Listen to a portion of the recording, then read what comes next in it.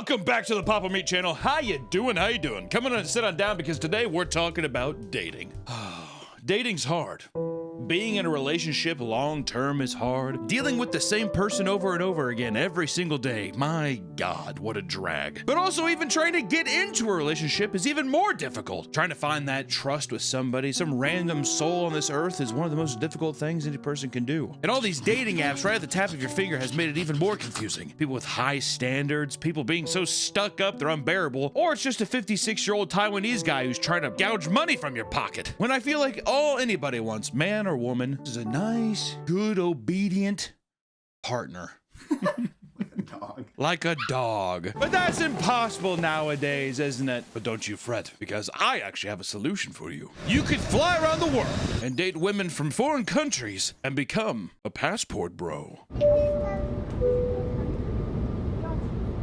The concept of Western men going to foreign countries strictly for dating is not new. Mail order brides were a big thing starting in the 60s up until even the late 90s. Man, I wish I could have gotten a mail order bride. I want to see what one of those websites are like. One of the old ones. I bet you there's still some kind of version of it today, but I want a Sears catalog of just beautiful Russian women who just cannot understand me. Extreme language barrier. By the early 2000s, retirees and expats were also traveling to other countries, often engaging romantically with the locals. Hell, I mean, even in World War I and World War II, our boys in blues stationed overseas would get a little frisky with the locals, and then they'd end up having some kids with them. I don't think that they probably went back to take care of the kids, but the concept of men going out and finding themselves a trad wife in foreign lands is nothing new whatsoever. However, the latest iteration of this evolution is called the passport bro. This term describes men who travel to economically poor, conservative countries seeking women with traditional values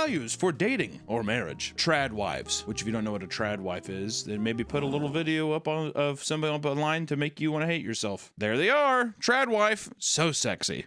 Today's video is sponsored by Magic Spoon, your childhood reinvented. Magic Spoon is the cereal of the modern age because it's high in protein and has no sugar, making it a perfect fit for the variety of diets that you all are probably on. Magic Spoon has flavors you loved growing up, like cinnamon roll, fruity, cocoa, peanut butter, and birthday cake. But now it's grain-free, gluten-free, a keto-friendly bite, plus 13 grams of protein. And now Magic Spoon has treats. These high-protein bars are brand new and completely guilt-free, baby. God. Hey. Featuring the flavors of marshmallow, chocolatey peanut butter, double chocolate, and blueberry muffin. And each bar has 12 grams of protein and only 1 gram of sugar and 2 grams of carbs. They're the perfect snack to have in the morning, and I like to rip into one right before a workout. Why don't you treat yourself? Use my code PAPAMEAT or click the link in the description to try Magic Spoon cereal or treats today and get $5 off. Magic Spoon comes with a 100% happiness guarantee online. So if you don't like it for any reason, they'll refund your money, no questions asked. Click the link in the description or go to magicspoon.com/papameat for $5 off your purchase today. Thank you so much, Magic Spoon, for sponsoring the video, and back to the video.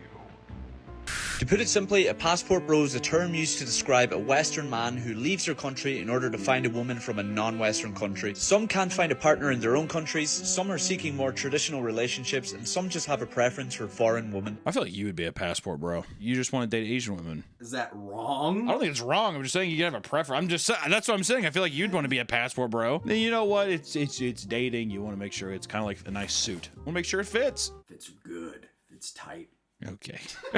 All right. Frustrated with the American dating scene, they believe Western women are too influenced by feminism and materialism, undermining commitment and loyalty in the relationships. I hate that women nowadays have to be so fucking independent and they like going to Forever 21 and buying jeans. Stop that! They go out their friends, shake their ass on other guys. Yeah, they go out to the club, start twerking on other men. I don't like that. They perceive dating as overly transactional, prioritizing casual relationships over long-term commitments. Which, you know what? Tinder has made it easy for people to come and just quick little fucking go. People don't like to get to know each other. People in the dating scene, they're just like, all they want to do is suck my and have sex with me. Which you've kind of said that before too. It gets boring. You're just like, I don't want a casual hookup. I want a long-term thing. I want to fall in love and break their heart. I want to fall in love and dump them. They also argue that the balance of power in relationships has shifted unfavorably against men. You think that's true? This is what men think. This is your words. You're the person that is helping me type this up. That's why I'm asking you. Do you actually think that? Well, Whoa. the passport bro scene, this is how they think. Sure. And I may or may not be subscribed. No, I'm asking you, do you think that's true? No, I don't think so. Well, I mean, As soon as you're talking, I'm like, he is going to say a lie. Just say yes. I fucking know he's saying yes.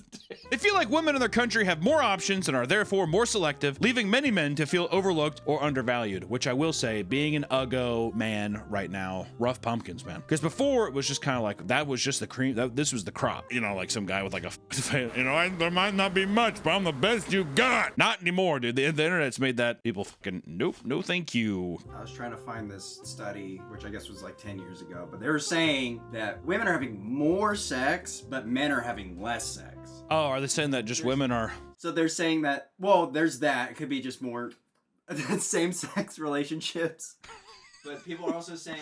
Blur all of that, what I just did. Blur all of that, please. Other people are saying that the alphas are getting more pussy. Oh, so you're saying that the men who are fucking, they're fucking way more. Yes. With more women versus the Uggos, us. We're getting the scraps, if anything. Yeah, we're barely getting anything left over. These motherfuckers are eating. Dating apps have made it easier for chads to get all the sniz, snuff, rough, buff, bush, and tail as they want, but the betas are left to pick up what measly little scraps are left over. Like fucking Willard, dude. I just got done watching Willard, and that's exactly what it made me think of. All those rats in there. I feel like Crispin Glover and fucking Willard. The common view among passport bros is that Western women, our queens here in the States, I don't know why I had a British accent there, have become too argumentative. They yap too much. Confrontational. Even I can find some truth in that, dude. Why the f you always arguing with me so much? That's the first thing I say on the first date. Why are you always arguing so much? Damn!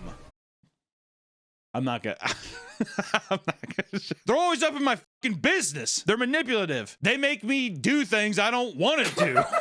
And exhibit traits often associated with masculinity. Why the f are you wearing basketball shorts so much now, dude? Billie Eilish has done irreversible damage. Took me a while to get to that word. Exhibit traits that often associate with masculinity. What the f does that even mean? What that it actually means is that they're more like independent, more aggressive. This is the passport bro mindset, dude. No, sure, man. And I will say a lot of people, which we gotta really skirt around this. I gotta watch out what I say. A lot of people have been saying that I'm sexist lately, and that is true. No, I'm kidding. To combat these feelings, men are now seeking out women who fit that trad wife lifestyle, traditional wife lifestyle, which I'm pretty sure is just 1950s housewife kind of thing. Man goes out to work, comes home, expects a nice cooked meal, clean house, and he's probably like, I don't know, suck my dick. And she's like, okay, whatever, just obedient dog of a woman. Which has become increasingly rare in Western countries. So many men have started to look at overseas cultures and countries that embrace the traditional lifestyle they so desire, aka the Asias. God, it's beautiful. The land of the rising sun. Thus, the passport bro lifestyle was born, pushed through the grundle of its... Okay, we can't say that. These are people who want to escape this hell of modern feminism. They want a woman who prioritizes family, marriage, and long-term commitment. I don't see how modern feminism has destroyed that. I still feel like I see that in a lot of places, but I'm gonna still, we need to get this out there. They also want relationships with traditional gender roles. The man is the provider and protector, right? Rock, flag, and eagle. And the woman is the homemaker and nurturer. Daddy want milky. The trad wife stuff I've seen online is people who are like a guy playing like Apex Legends, and his like wife walks in with like chicken, broccoli, and like macaroni and cheese and like a Mountain Dew and sets it down, and then he's like, "Thank you, baby." And all the comments in there are just like, "Women don't realize how much this means to us." That's where I'm like, that's the trad wife shit right there. Which it is also just, I mean, a person could fucking make dinner for someone, and the trad wife line to me is it's a gray area. If you like to cook, all of a sudden it's just like, yeah, you're a trad wife, you love to cook. look. I guess it just depends on the role dynamics of the relationship, right? Like if he was just like, why don't you get your sweet ass in there and make me some cookies? And she was like, okay, well, let me finish cleaning first and I'll go do it. Well, you know, whatever. Babe, empty! Babe, empty! And then she comes in, sorry, here you go, dear. To me, I'm like, that's a bit more traditional wife shit. Some passport bros even express a preference for submissive and subservient women to contrast the more independent and assertive nature of women in their own home countries, aka quiet Asian women. That's what they're looking for. They see a Vice documentary or they see one of like the fucking 12 million Japanese YouTube channels, and then every single American commenting, it's like heaven over there. They're so cute and kind. That's the kind of shit that those are the kind of people making those comments. But it's pretty much beta males who want to receive sloppy head from whatever they want. They just want these guys just want somebody to be like, cocky want boing boing, whatever the fuck that meme was. And a person comes in and boing boing boing boing boing. Why not? And the movement is gaining momentum and growing every day thanks to social media. Many who indulge in the passport bro way of life also contribute to the online conversation by creating content that documents their travels, offers dating advice, or critiques the dating culture in their home countries, which I do love that very much. Yo, women over here, they're stupid. But in Japan, beautiful diamonds over there, okay? Traditional good. That's why I got a Chinese woman over here. Hello.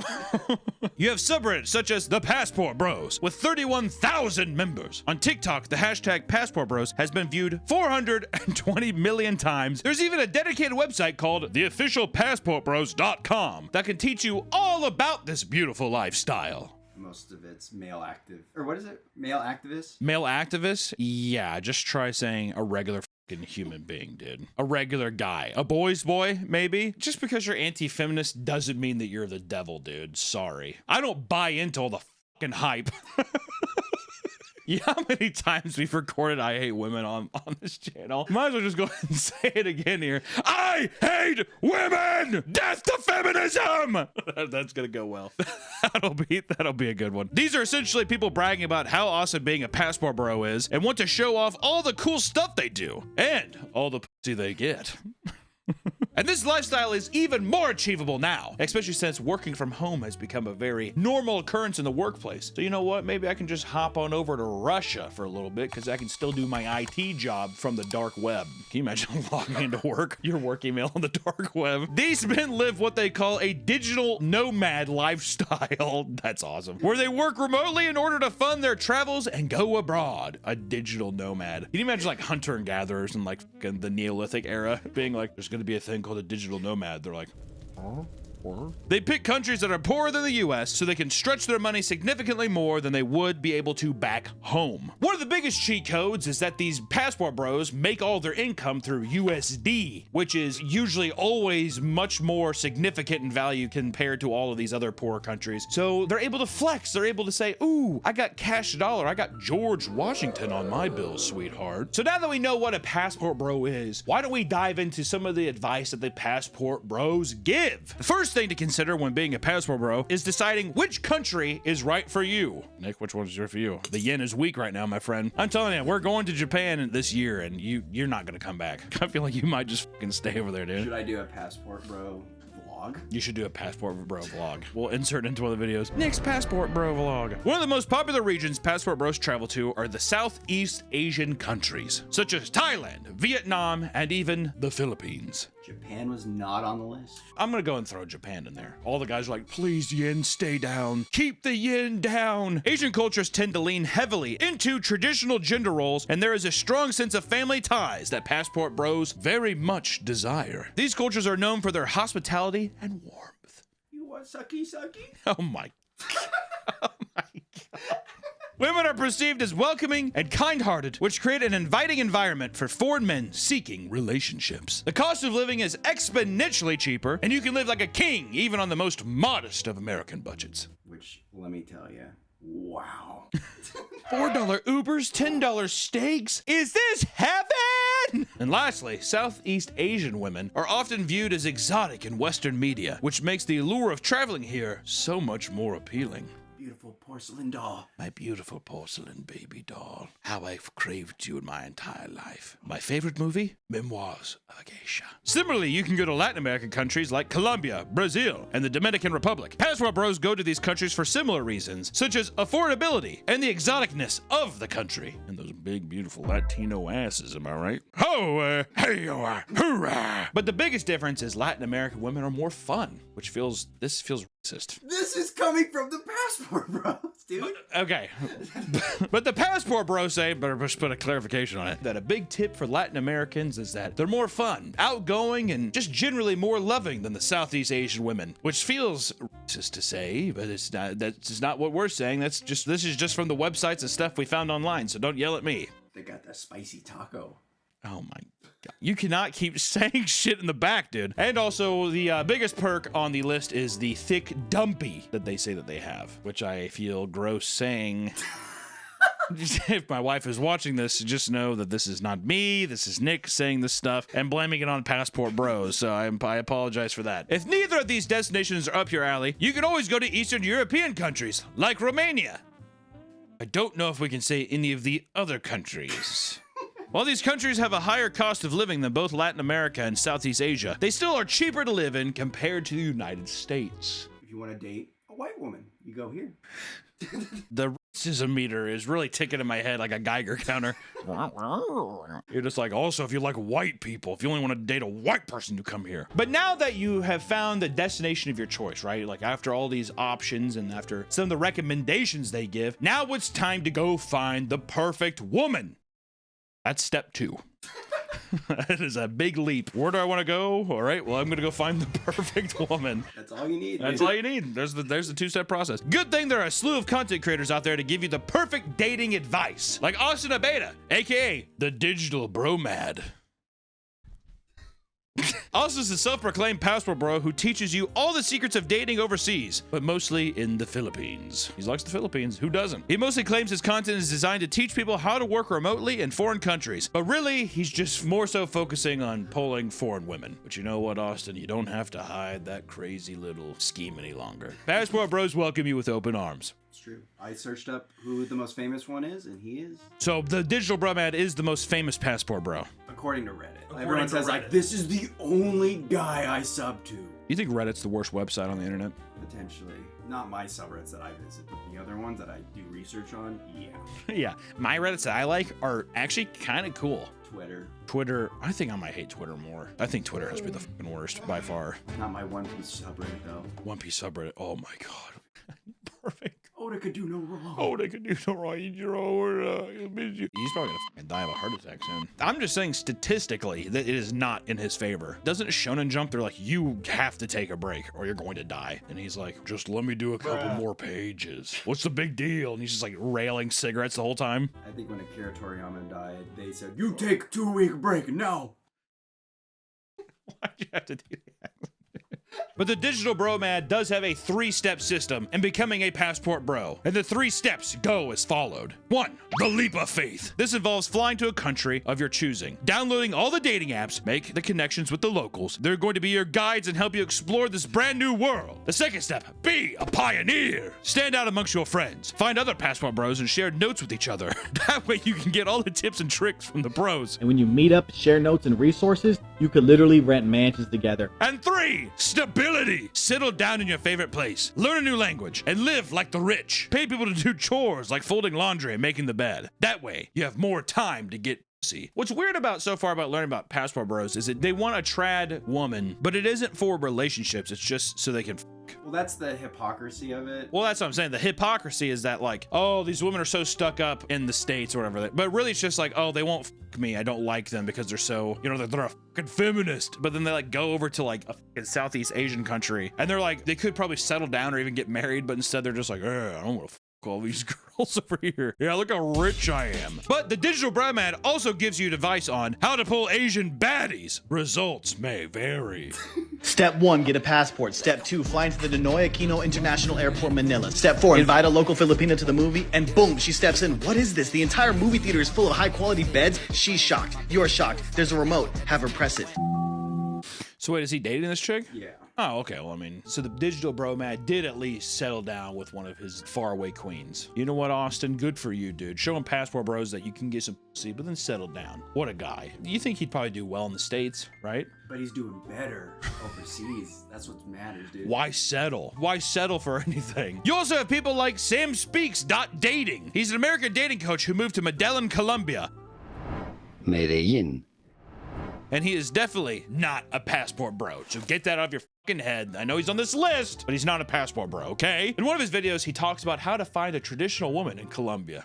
Roll that shit. 3 ways to identify a traditional woman, part 2. She doesn't post thirst traps online looking for attention. You don't want a girl who's shaking her ass on the gram all the time and saves that for behind closed doors. Follow me for part 3. One of his biggest green flags with women is if they don't post thirst traps on social media. Or even bigger, larger green flag is if they don't have a social media at all. So no one on earth knows about them but you. That's a jackpot right there. And this means that they'll be the most loyal person and that they'll only show that intimate side to you. You know which intimate side I'm talking about, right?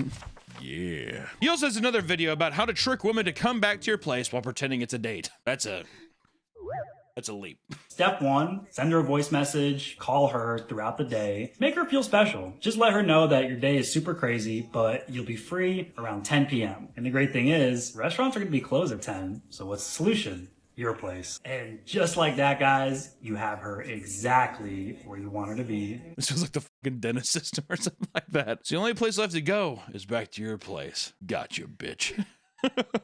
Now, this way, when you go out to your place, you don't have to spend any money out at any restaurants or any movies or anything. You can watch movies and you probably get a little pussy later, all right? Bulletproof method. Lie is the biggest thing. The best way to start any relationship is built on a brick of lies. Just gonna put that out there, okay? There's also another guy named Beswells. His go-to technique is to grab women by the hand and compliment them. That is a bold choice, my God. Here he is making a woman suck her own lollipop. Chupa, chupa. Filipina Tea is a channel that focuses on giving advice to foreigners traveling to the Philippines. Oh, so this is a woman who's saying like, hey, if you're a man, this is what you need to do when you come here. It's all Filipino stuff, but she focuses a lot on like the traveling aspect. There's a video on like, there's a rise of HIV going on, so be careful. That's actually kind of a fucking helpful tip. I like that. And of course, we have to get to this part of the video. Of course, with all good things, there's gonna be haters.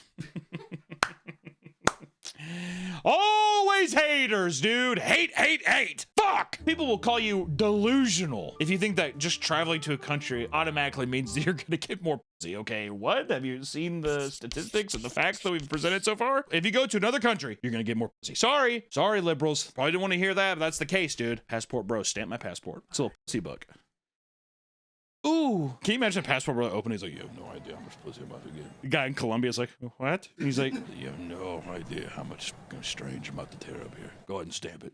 Easy with the stamp though, easy. One of the big criticisms people say too is that us fucking people in the States aren't exotic to these other countries, which to that I would say, who the fuck are you, dude? I'm exotic as hell. I'm like a Mercedes. I'm like a fucking Jaguar, dude. What about your frumpy ass? Oh, you're exotic? I doubt it. In Japan, the locals are calling passport bros losers back home on account of that they probably can't get laid in their own country. Which, you know what? That's kind of funny though. They see all the passport bros and they're like, oh yeah, all the losers come here to try to like Asian women. It feels like there must be a sect of women who are like, oh God, you that American guy when he came over. And the guy's like, yeah, she did. It was awesome. And we're in love now. Another criticism is that these men, no matter what age, typically older, I would say older men who have an established career that can go and do this stuff, go out and they usually only typically date women 18 to 25 age range, which is just a little creepy. If you're an older guy doing a little Leo DiCaprio thing, it's just one of those things where it's like, yeah, just go after somebody your own age. What are we doing here? But ignoring that fact, a lot of critics argue that passport bros perpetuate harmful stereotypes, exploit economic disparities, and contribute to cultural insensitivities, as there is a tendency to objectify women from other cultures. The men often reduce women to cultural stereotypes, seeing them as submissive, docile, and more compliant than Western women. That feels like, I could immediately see that from some of the shit I see online, dude. Yeah, Asian women are just like so much more quiet and peaceful. How can I get an Asian woman? I've seen shit like that in comment sections all the time. What I wouldn't give to go and get a Japan woman.